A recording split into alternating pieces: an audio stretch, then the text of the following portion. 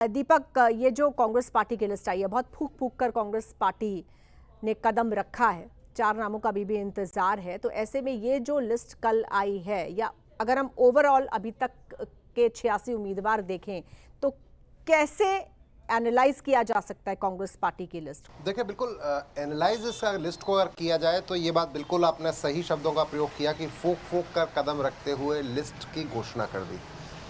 आप एक बात समझिए कि कांग्रेस के अंदर सबसे ज़्यादा बवाल होने की आशंका थी, और आशंका किस लिए थी कि कांग्रेस के तमाम नेता इस बात को कह रहे थे कि 2500 से ज़्यादा आवेदन उन्हें मिले हैं और केवल 90 सीटें हैं। अब 90 सीटों में 2500 से ज़्यादा आवेदन, जैसे कि कांग्रेसी नेता बता रहे हैं, ये मिलते हैं। तो ऐसी स्थिति में आप अंदाज़ा इस बात का लगाइए कि हंगामा किस कदर होना था अगर ये लिस्ट पहले जारी हो जानी थी। तो कांग्रेस ने क्या किया, आप अंदाज़ा इस बात से लगाइए कि कांग्रेस ने लिस्ट देर रात तक जारी की है। आज नॉमिनेशन होना है और देर रात तक लिस्ट जारी हुई है। हमारी कल तमाम कांग्रेसी नेता जो टिकटों के इंतजार में बैठे थे, रात को 12 बजे तक हमारे संपर्क में थे, लगातार फ़ोन पर पूछ रहे थे कि भैया कुछ पता चला क्या, भैया कुछ पता चला क्या। तो तमाम लोगों से हम भी यही डिस्कशन कर रहे थे कि आखिर कांग्रेस कर क्या रही है। कांग्रेस की पूरी कोशिश इन चुनावों में जो हमें देखने को मिली, ये पहली बार है जब ऐसा हमने देखा है कि इन चुनावों में हमने जो पहली कांग्रेस की कोशिश देखी, वो कोशिश ये थी कि जीतने वाला कैंडिडेट तो उतारा जाए, लेकिन ये भी देखा जाए कि उस इलाके का कोई दूसरा व्यक्ति जो है उसको इतना समय किसी कीमत पर ना मिले कि वो किसी दूसरी पार्टी से जाकर चुनाव लड़ ले।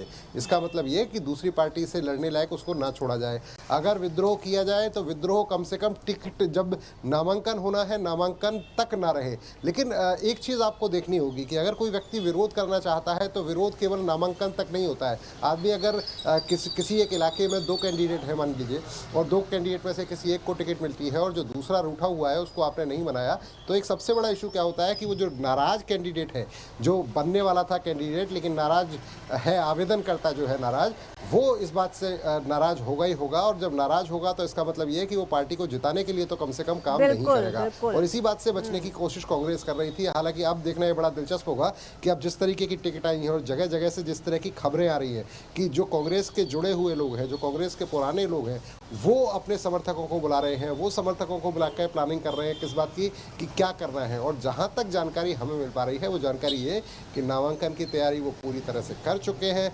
सिर्फ समर्थकों के साथ, चूंकि उन्होंने पहले ही एक समय दे दिया था कि वो निकलेंगे और समर्थकों के साथ और जुलूस के रूप में नामांकन करने के लिए जाएंगे, तो वो अपने समर्थकों से मिलेंगे।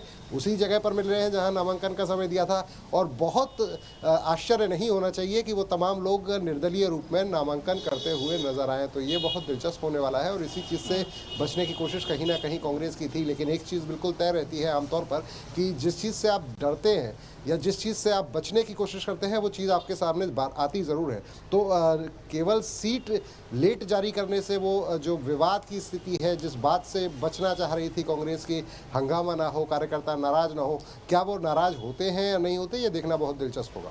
बिल्कुल ठीक है। बहुत सही आपने कहा दीपक कि जो असंतोष है वो खाली टिकटों तक नहीं सीमित रहता है, उसके बाद भी चुनाव में भी अक्सर देखा जाता है कि तमाम कार्यकर्ता और नेता अपनी ही पार्टी के खिलाफ काम करते हैं और चुनाव हरवाने में एक बहुत बड़ी भूमिका निभाते हैं।